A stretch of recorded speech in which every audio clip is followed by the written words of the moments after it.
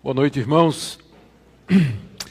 Quero saudar a todos em nome do Senhor Jesus, agradecer ao pastor Daniel o privilégio de estar aqui hoje à noite na pré-inauguração do templo e expressar a nossa oração a Deus que o interesse pela fé bíblica continue a crescer aqui nessa região e que essa igreja seja e continue a ser um ponto de referência para a fé bíblica.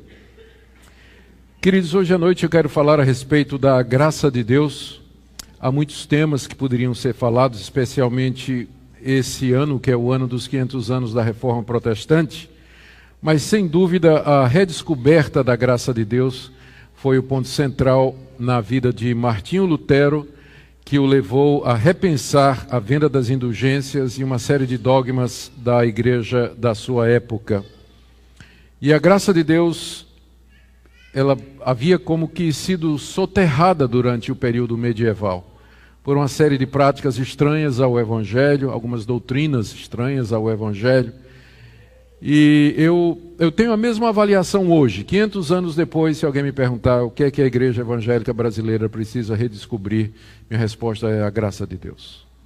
Porque a quantidade de movimentos que têm surgido, de ideias que têm sido apresentadas, que de uma forma mais clara ou menos clara, mais sutil ou menos escancarada, de alguma forma coloca o homem como sendo, no mínimo, co-participante da sua redenção, é muito grande, é muito grande.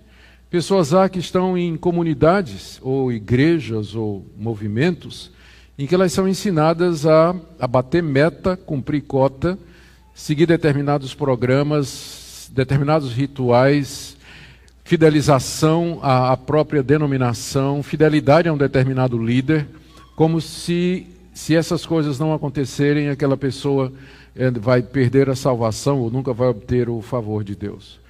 Nós não estamos vendendo indulgências como a Igreja Católica vendia. De repente até que estamos mesmo. De repente até o favor de Deus, perdão de Deus e a misericórdia de Deus têm sido oferecidos em troca de todas essas coisas que eu falei. Então, eu entendo que a maior necessidade da igreja evangélica brasileira hoje é a graça de Deus. Tem um historiador da Universidade de Pensilvânia que lançou um livro já traduzido em português, o título é A Outra Cristandade. Ele fala do crescimento do evangelho da linha do Equador para baixo. Até 50 anos passados, a cristandade se concentrava no Ocidente, na linha do Equador para cima, leia-se Europa e Estados Unidos. Mas nos últimos 50 anos, vamos dizer, nos últimos 35 anos, tem acontecido um fenômeno inédito nos 2000 anos de história do cristianismo, que é o deslocamento do centro geográfico da cristandade.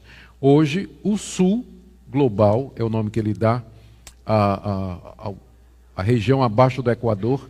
Hoje o sul global tem um número maior de cristãos, chegando perto de bater já o orçamento financeiro, mais envio de missionários, maior número de igrejas. O que ele está dizendo é que dos 2 bilhões de cristãos que existem hoje, 60% estão na América Latina, na Ásia, na África. E aí, claro, quando fala Ásia, estamos pensando na China, estamos pensando na Coreia e assim por diante.